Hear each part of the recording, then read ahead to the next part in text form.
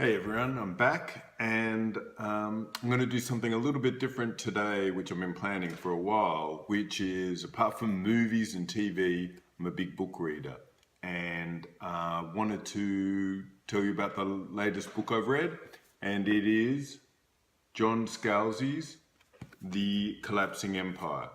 And this is my first John Scalzi. Now, Scalzi is quite famous within SF circles. He was the president of one of the various SF bodies for a long time, and he's a very popular author. He's written some recent Hugo winners like Red Shirts, but he's most famous for Old Man's War. So I've never read him before, and I was looking for something, because I'm quite an omnivorous reader. I read, a Booker Prize winner, and then I'll read the latest comic book, and then I might read non-fiction. So I just graze and just try to keep up with what's happening. And so Scalzi's kind of been on my radar for a while, but what I liked about this was a new series, and his reputation is to have a light touch, and it's a space opera. And I thought this will be something a little bit different. I'd love to have something which is a bit more fun, and I can dip in and out as each book comes out. So as I said, it's called The Collapsing Empire. So the title gives away that, as opposed to a lot of books where you're at the beginning of the struggle and it's like a Game of Thrones situation as to who's going to build an empire, this is where you know from the first page that something is collapsing in. So just to let you know very briefly, it's set in a world called the Interdependency, and the reason why it's called that is because he does a bit of hand waving where obviously you can't have faster than light travel, so they have a thing called the flow, in which they're able to basically travel through these wormholes, and they never really go through the physics of it, but you're able to, travel vast distances and keep in touch with these different worlds. And so what happens is that right at the beginning of the book, you realize that something is happening with the flow and it might be collapsing. And because this weird setup has been designed where each of the worlds kind of has a monopoly on some sort of trade or some sort of product, the interdependency is actually a real thing in that no world could survive without the other worlds. And the vast majority of them are surrounding like gas giants, or they've just built a kind of basically an artificial world, but it's near a resource which they can then trade to get food, etc., etc. So you've got this huge empire. Earth is gone missing, or the flow channel to back to Earth is closed at some point, and that's the setup for all this intrigue. And then think about Dune, where you've got all these big trading houses. That's the same thing here. So each house kind of controls one of these monopolies, and you have a lot of different characters who are the major players of all these houses. And then at the top of the house is the House of Wu, which is the imperial family. And at the beginning of the book, the emperor is about to die. Well, they don't call it emperor, it's called the Emperox, and the Emperox is about to die. So there's going to be some sort of internecine rivalry about who'll succeed.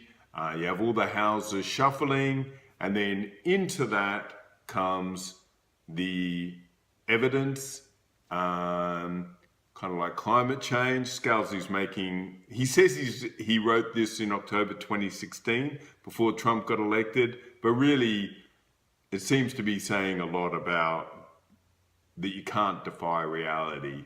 And so the evidence comes in that the empire's collapsing, and people don't want to believe it. And so then all these intrigues are set off. So that's the setup for the book. And generally, I really enjoyed it. It is a light read. It's very short. It's one of a series, so already the sequel is going to be coming out in a year or two, and I think it's already been sold to TV. I actually think this will do really well on TV because he uses a lot of humor. He's got some nice characters. The best parts of the book are the verbal interplay between the characters. The problem is that although people say Scalzi is really good for people who maybe don't read science fiction a lot because he's so accessible, he's got humor, I found it a bit underwritten. And I have seen some comments, because this is the only Scalzi I've read, where compared to some of his better works, this one is underwritten. And I definitely would have found that. You could read this in 2 days. I read it in about a week, just in between everything else. And I also do think that he's got some issues in that the beginning chapter, or the prologue really, has this great action scene, which really you never revisit, and it's the best part of the whole book. And when I read that, I went, oh, I'm in for such a great ride. And it turned out that actually isn't really the tone of the book. It's much more the greater houses, rather than this was, you know, a ship-to-ship kind of battle. So generally, I recommend this. I think most people would really enjoy it. But for me, I think it's something which you just have on the side. You dip in when you need a break from heavier stuff, and then you come back to it. But I think the vast majority of people will probably really enjoy it. There are a couple of scenes which the sexual politics is a bit sketchy, especially the power position and, you know, how it works out. I don't think it's a fatal flaw. Also, he does some weird things where he names the ships. They're like out of Gilbert and Sullivan. They've got these strange names, and every time I read the name of the ship, and they're like music titles. I should have written one down, but it's like, yes, yes, sir, or something like this. It really throws you out because it just seems like a stupid way to name ships. But it is very different, I guess, I would say. So that's pretty much John Scalzi. Okay, so I thought, since I've told you about what I've just read, I'd also tell you about what I've just begun and what will be my next book. And hopefully you can see that. It's Don Winslow's The Force. So just as I said, that was my first Scalzi. This is my first Winslow. Now, Winslow is a legend within the crime writing community, and he's had many works which have then gone on to be adapted. The reason why I picked this one up was, for a long time I was going to read, he's got 2 books definitely set in the world of Mexican drug trading. Can't remember the first one, but the second one I think is called The Cartel.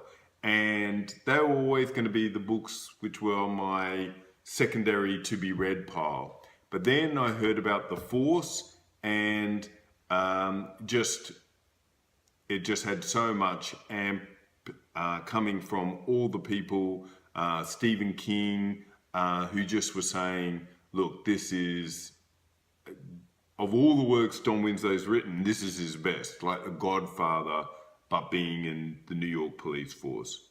The other thing which got me in was, they said this is like the new James Ellroy. Now, I'm a huge Ellroy fan, and I was disappointed by his last work, which I really thought, compared to the LA Quartet, was a real drop in quality. So I've started reading Winslow. I'm going to talk about it when I finish it, but I will just say I've only read maybe 2 chapters, and it is brilliant. It is really like vintage Ellroy, and I really can't give a much higher compliment than that. So I'll get you up to speed on that when I finish it. That's it for today. Tons of films to see, TV. I'm trying to keep up with everything, and I'll be recording a new TV or movie review pretty soon. So hopefully I'll see you there. I'm on Twitter at Guru Eden, and obviously I'm on YouTube with the YouTube channel. So I'll see you then.